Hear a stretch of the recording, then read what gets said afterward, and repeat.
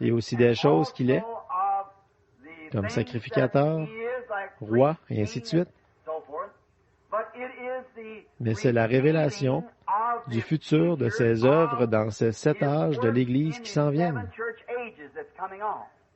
C'est lorsque notre Seigneur était sur terre, les disciples lui ont demandé et ont dit, « Seigneur, est-ce en ce temps que tu rétabliras le royaume à Israël? » Et Jésus a dit, « Ce n'est pas à vous de connaître cette heure ou ce moment. Et personne n'en saura rien. » Il a dit, même le Fils, jusqu'à présent, ne le sait pas. Mais après sa mort, son ensevelissement et sa résurrection et son ascension dans la gloire, il a reçu de Dieu le futur de l'Église. Puis il est revenu pour apporter ce message à l'Église. Et ce message de sa venue et de la condition de ses églises à travers l'âge. Il ne pouvait pas le faire avant sa mort, son ensevelissement et sa résurrection, parce qu'il ne le savait pas encore. Mais avez-vous remarqué comment l'Écriture le dit ici? Révélation de Jésus-Christ que Dieu lui a donnée. Christ. Comment Dieu le Père a donné la révélation à son Fils Jésus-Christ? Il a envoyé son ange à Jean pour faire connaître ces choses qui étaient, qui sont et qui doivent arriver. Oh, c'est tellement beau.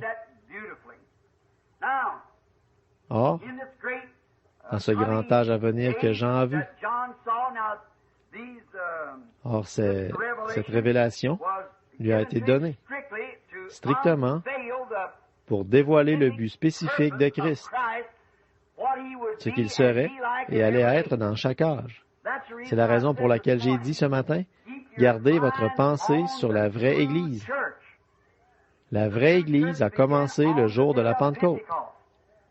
Il n'y a aucun théologien, aucun érudit de la Bible ou historien qui puisse dire que cela a commencé à l'époque de Martin Luther, de Wesley, de l'Âge catholique ou de tout autre âge. Cela a commencé à la Pentecôte. C'était l'inauguration de l'Église. C'était le début. Donc, par conséquent, dans une discussion avec quelqu'un, tenez-vous à cette porte de la Pentecôte et ils ne peuvent pas aller nulle part ailleurs. C'est comme mettre un lapin dans un champ. Vous savez où sont tous les trous, alors vous l'avez bouché. Il va devoir revenir à ce même endroit d'où il était venu. Eh bien, c'est comme ça, tous ceux qui parlent des églises et des âges de l'Église et des œuvres du Saint-Esprit, vous allez devoir revenir à l'original, au commencement. Il faut y revenir parce que Dieu est infini et il est omnipotent. C'est pourquoi, parce qu'il est infini, il ne peut pas faire quelque chose ici et faire quelque chose de contraire à cela par ici. Il doit le faire chaque fois comme il l'a fait la première fois.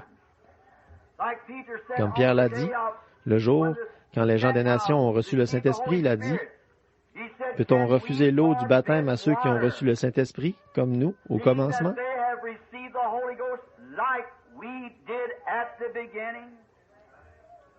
Jésus, quand il était sur terre, a parlé et a dit, quelqu'un est venu et a dit, « Nous est-il permis de répudier notre femme pour une raison quelconque? » Jésus a dit, « Celui qui a fait l'homme a fait la femme. C'est pourquoi un homme... » Il a dit, « Mais Moïse nous a permis d'écrire une lettre de divorce. » Jésus a dit, « Au commencement, il n'en était pas ainsi. » Retournez au commencement. C'est pourquoi, si nous allons parler sur l'âge de l'Église, nous devons retourner au commencement. Mettre de côté chaque déclaration que tout homme a fait au cours de l'âge. C'est le livre le plus officiel de tous les livres de la Bible. C'est le seul livre sur lequel Christ a apposé son sceau. Il commence par une bénédiction et se termine par une malédiction. Béni soit celui qui lit, et maudit soit celui qui en retranche quoi que ce soit. C'est le seul livre que Christ a écrit lui-même de toute la Bible. Les 10 commandements, il les a écrits avec son doigt. C'est vrai. Les Juifs se sont accrochés à cela. Et aujourd'hui, c'est la révélation. Et s'il y a un livre que Satan déteste dans la Bible, c'est l'Apocalypse. Il y en a 2. Il hait toute l'Écriture et c'est le canon entier de l'Écriture. Mais s'il y a quelque chose qu'il méprise par-dessus tout, c'est l'Apocalypse et la Genèse. Parce que la Genèse raconte le commencement. L'Apocalypse révèle ce qui va lui arriver au dernier jour. Il va être lié pendant 1000 ans. Ensuite, lui, le faux prophète et la bête vont être jetés vivants dans l'étang de feu. Et il va attaquer le livre de la Genèse sur son authenticité. Il va dire que ce n'est pas authentique. Et il va agiter l'esprit des gens. Regardez où on trouve le diable. Dans ce livre de la Genèse ou dans le livre de l'Apocalypse. Le premier et le dernier. Et le livre de l'Apocalypse contient plus de symboles que tous les autres livres de la Bible. Il y a plus de symboles parce que c'est un livre de prophétie. C'est un livre prophétique. C'est pourquoi il doit être compris par une classe de gens prophétiques. Ce livre n'est pas pour tout le monde. Pratiquement personne ne peut le comprendre. Ce livre est fait pour une certaine catégorie de gens.